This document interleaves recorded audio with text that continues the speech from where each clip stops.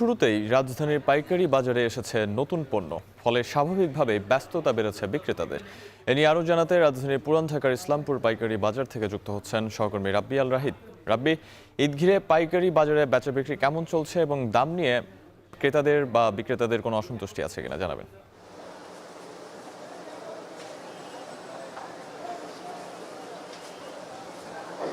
শাহাব, গত কয়েকদিন থেকে বিশেষ করে রোজার শুরু থেকে আমরা রাজধানীর বিভিন্ন মার্কেট ঘুরেছি। বিশেষ করে রাজধানীর যে খুচরা বাজারগুলো রয়েছে সেগুলো ঘুরেছি। সেগুলোতে নির্ধারিত পরিমাণে যত পরিমাণে ধরেন যে ক্রেতার আশা করা হয়েছিল ততটুকু না থাকলেও এবং সেখানে ভিড় অনেকটা কম থাকলেও রাজধানীর যে পাইকারি মার্কেটগুলো রয়েছে সেই মার্কেটগুলোতে ভিড় অনেকটা লক্ষ্য করা যাচ্ছে। বিশেষ করে আজকে আমি এই মুহূর্তে রয়েছি রাজধানীর ইসলামপুর, বিশেষ করে পুরান ঢাকার ইসলামপুরের যে মার্কেট রয়েছে সেই মার্কেট, এবং এখানে অনেকগুলো মার্কেট রয়েছে, বিশেষ করে দেশি পণ্যের মার্কেট এবং বিদেশিদের মধ্যে পাকিস্তানি এবং ইন্ডিয়ান এবং অন্যান্য যেসব দেশের পণ্য রয়েছে সেসব পণ্যের জন্য আলাদা আলাদা মার্কেট রয়েছে। এবং এই মার্কেটগুলো ঘুরে আমরা যতটুকু দেখেছি যে এখানে এখনও পর্যন্ত বিশেষ করে আমদানির ক্ষেত্রে দেশি পণ্যের আমদানিটা বেশি, এবং এরপরে যদি আমি চিন্তা করি যে পাকিস্তানি যেসব পণ্য রয়েছে পাকিস্তানি পণ্যের আমদানিটা বেশি।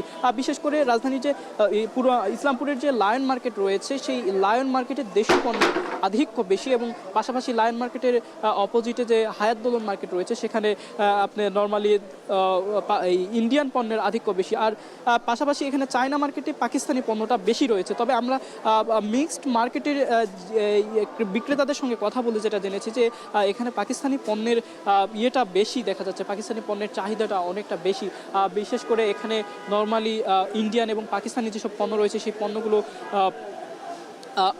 সেই দেশ থেকে আমদানি করা না হলেও এই যে মাস্টার কপি যে পণ্যগুলো রয়েছে, বিশেষ করে এখানে পণ্য আনার পর যে পণ্যের উপর যে কাজ করা হয় সেই কাজের যে পণ্যগুলো রয়েছে সেই পণ্যগুলোর চাহিদা অনেকটা বেশি দেখা যাচ্ছে। এবং বাজার দরের কথা যদি বলি তাহলে আপনাকে বলা যায় যে এই মুহূর্তে বাজার দর, বিশেষ করে পাইকারি বাজারে যে বাজার দর সেটি অনেক উচ্চ লেভেলের বলা যায়। কারণ এখানে খুচরা যেসব বিক্রেতা রয়েছে সেসব বিক্রেতারা নিয়মিত হারে আসছে, কারণ সামনে ঈদকে সামনে রেখে তারা এখানে আসছে এবং পণ্য কিনছে।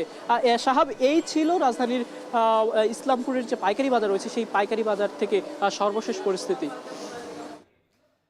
ইসলামপুর থেকে আমাদের সঙ্গে যুক্ত ছিলেন সহকর্মী রাব্বি আল রাহিদ।